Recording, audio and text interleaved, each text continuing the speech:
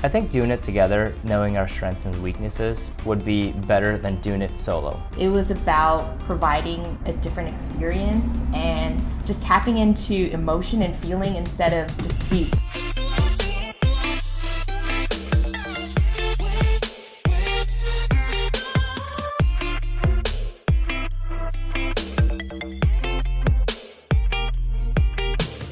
Hey everybody, what's up? Welcome to the 88 Show. This is the internet's only dental show where we talk about what matters most in marketing.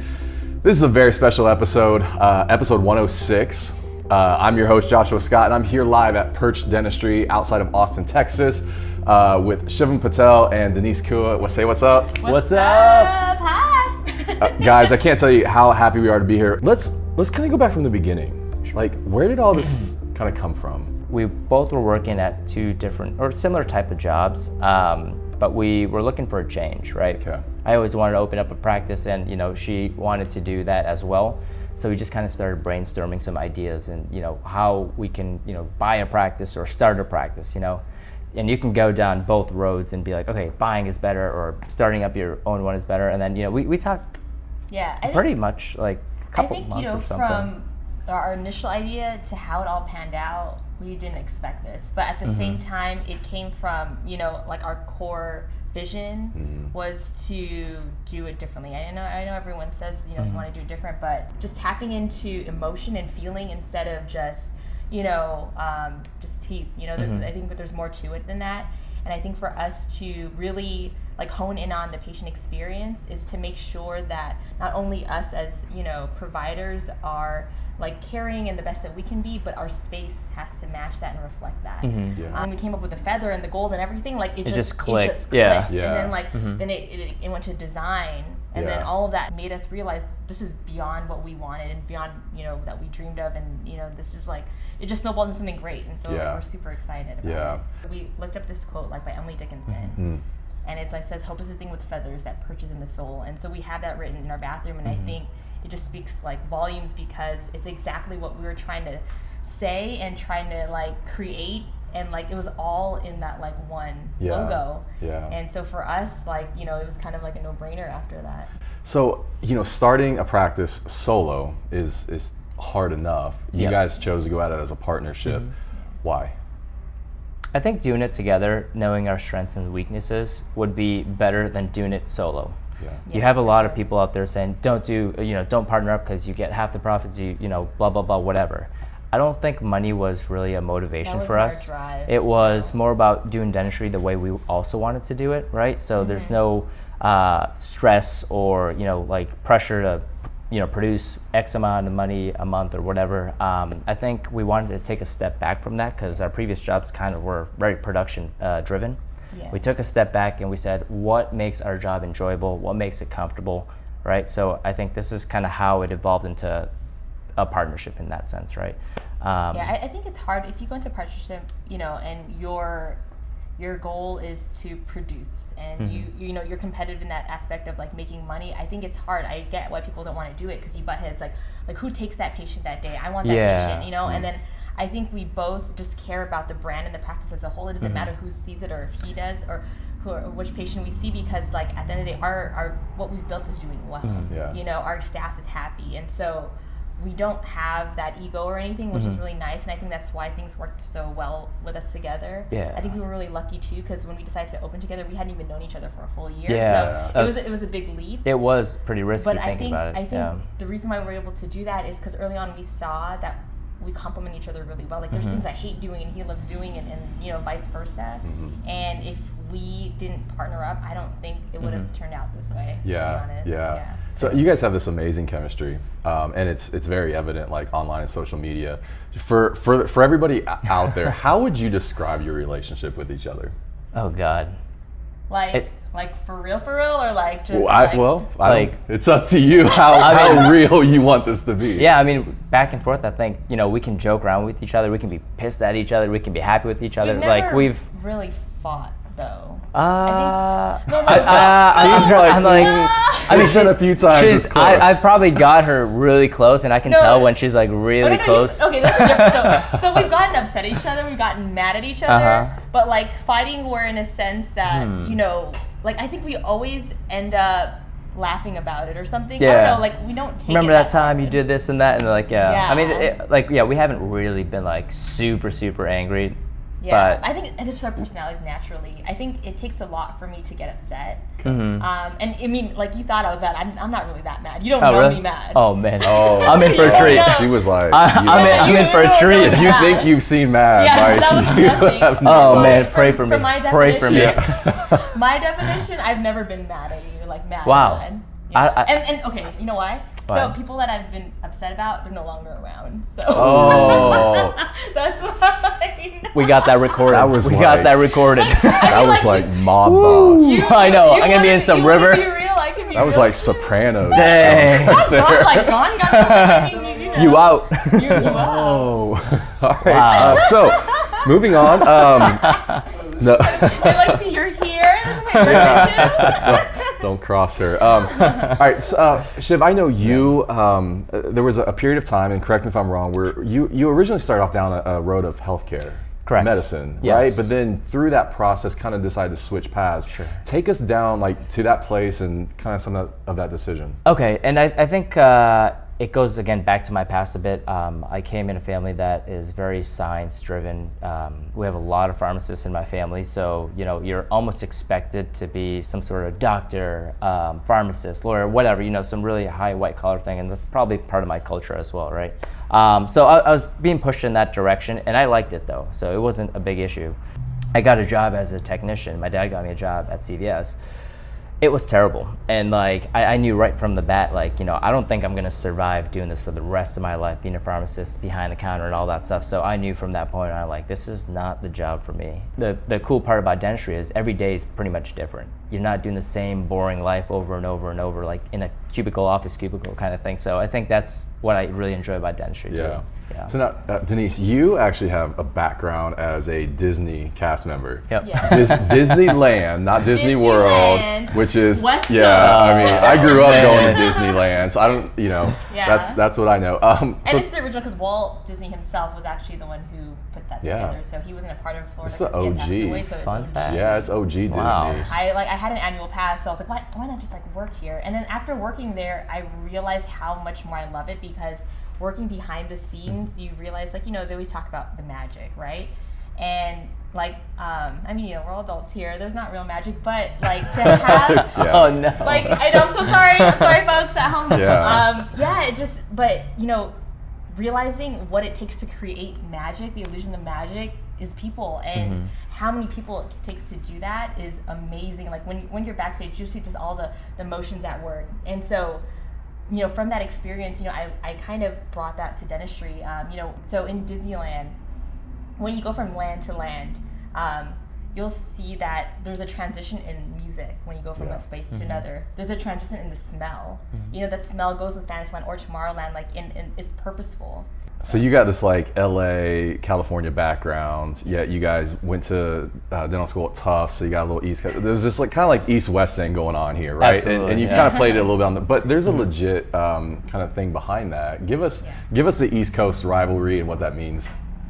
Well, I mean, I feel like East Coast is obviously better than the West Coast. Yeah, let's I mean, just. there- You're talking to. yeah, somebody over there needs you. All right, here we go. I think your phone is ringing. But I mean, like, you get two different cultures, right? West Coast, East Coast. There's always going to be that rivalry, right? Our tastes are very different, Yeah. and I feel like our personalities kind of show where we're from too.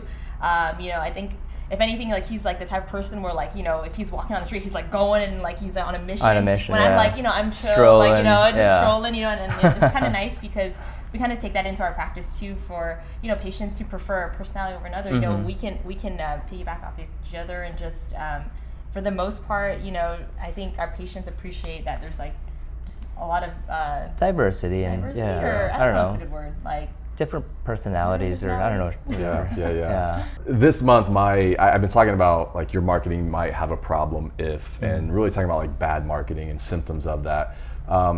Anything you guys were trying to stay away from with marketing, or like some of those bad images, or you're just, I don't want to be this.